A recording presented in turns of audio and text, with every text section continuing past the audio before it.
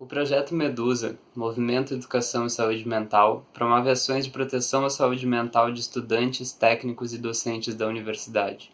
Neste programa vamos contextualizar a importância dessa iniciativa e falar sobre a oferta de um aplicativo, o Medusa URGS, desenvolvido para facilitar o acesso da comunidade acadêmica às diversas ações do projeto. Medusa, que é um programa, ele já variou entre projeto e programa de extensão, mas a partir de 2022, também com as últimas mudanças nas resoluções da URGS sobre projetos e programas de extensão, a gente passa a caracterizar como um programa de extensão, que é Movimento Educação e Saúde Mental. Esse programa ele iniciou em 2020 e a proposta inicial dele era de ir construindo aos poucos espaços coletivos de debate, de educação permanente em saúde e também de acolhimento e acompanhamento de estudantes da universidade no que tange as questões de saúde mental e tudo aquilo que transversaliza a saúde mental. Acho que é importante falar dessa ideia, né, do que transversaliza a saúde mental, porque no Medusa nós entendemos que a saúde mental ela não é meramente um problema individual. Isso não significa que a gente não se preocupe ou não fique atento, né, a questões individuais de saúde mental. Mas quando a gente discute saúde mental na universidade, a gente está propondo, antes de qualquer coisa, uma coletivização, uma desindividualização desse debate, que é justamente pensar nos atravessamentos institucionais que nós, professores, técnicos, estudantes, vivemos no cotidiano da universidade. Então, não é possível, por exemplo, ficar discutindo casos individuais de depressão ou transtorno de ansiedade, né, para citar dois exemplos, sem a gente discutir a meritocracia dentro da universidade, sem a gente discutir os efeitos do produtivismo, sem discutirmos as relações verticalizadas que oprimem os estudantes e as estudantes, né? Então, sempre quando a gente parte de um transtorno ou de um problema individual, na verdade a gente está falando de a gente precisa dar visibilidade para todos ou uma parte significativa desses elementos que transversalizam a nossa questão, que é a saúde mental. E isso, de alguma forma, produz, né, nas pessoas que participam das nossas atividades, esse é o nosso objetivo, esse efeito de pertencimento, de se dar conta que a gente não está sozinho nos problemas que a gente está vivendo e nos enfrentamentos que a gente precisa fazer. Eu estava passando, curioso isso, tá? Eu estava passando por esses problemas da faculdade, e aí, como eu sou um estudante que peguei cotas e tudo mais, né? E quando a gente entra na URGS, a gente já pensa, sei lá, tipo, no que quer ser. Então, tipo, quando eu entrei em economia, eu imaginava que eu sempre queria trabalhar com pesquisa, né?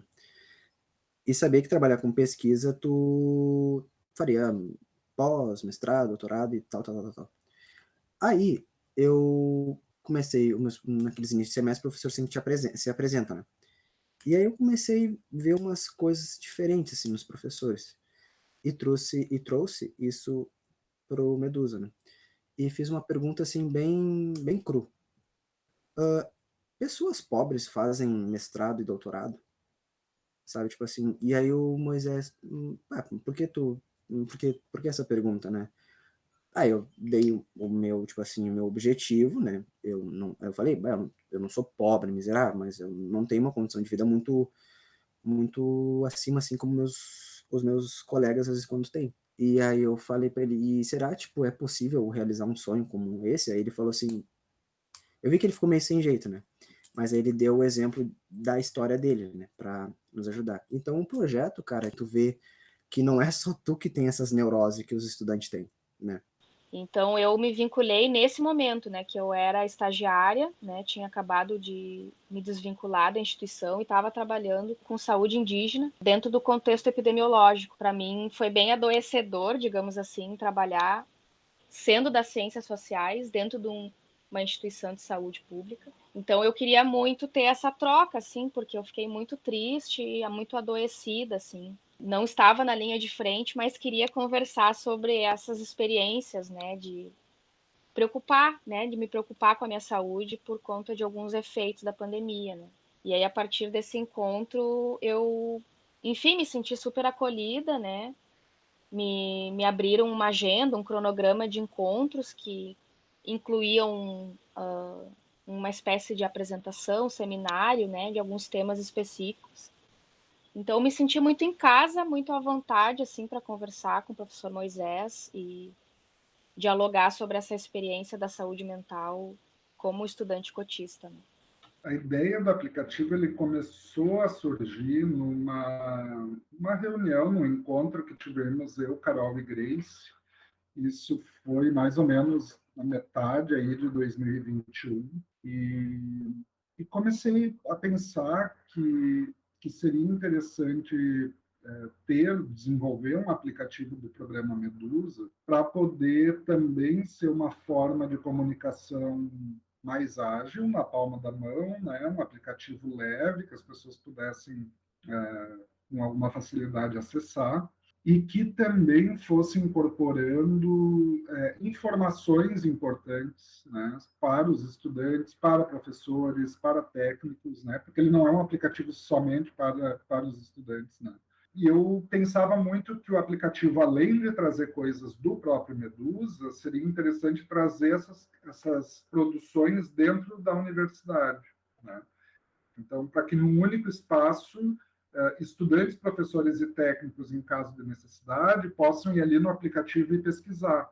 Então, surge muito dessa intenção, né, de facilitar e congregar uma série de informações e de divulgar também as ações do Medusa, né? As pessoas podem se inscrever no grupo via aplicativo. Ele é um aplicativo muito simples, assim, né? Ele tem 12 ícones, se eu não me engano, né, na tela inicial do aplicativo.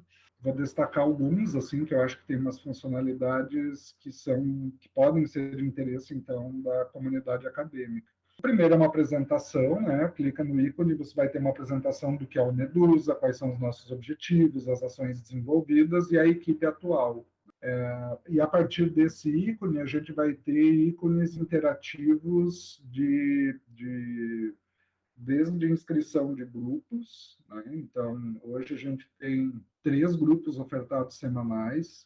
O grupo Górgona, que é nas segundas às 17, o grupo Atena, na quarta às 19, e o grupo Poseidon, na quarta às 10 da manhã. Num outro ícone, então, a gente tem o que as congrades e centros acadêmicos podem utilizar, né? Então, assim, vamos supor que uma congrade esteja, sei lá, os estudantes estão reclamando muito, né? Estão se queixando muito de uma exaustão, né? Que não tem adaptação pedagógica, que o ERE, né, está muito cansativo, e gostaria de discutir com a equipe do Medusa que ação ou que ações poderiam ser feitas. Tem um outro ícone que eu acho que é super importante, que é para sugestões de temas, de oficinas que os estudantes têm interesse, né? Então, também pode ser usado ali no aplicativo.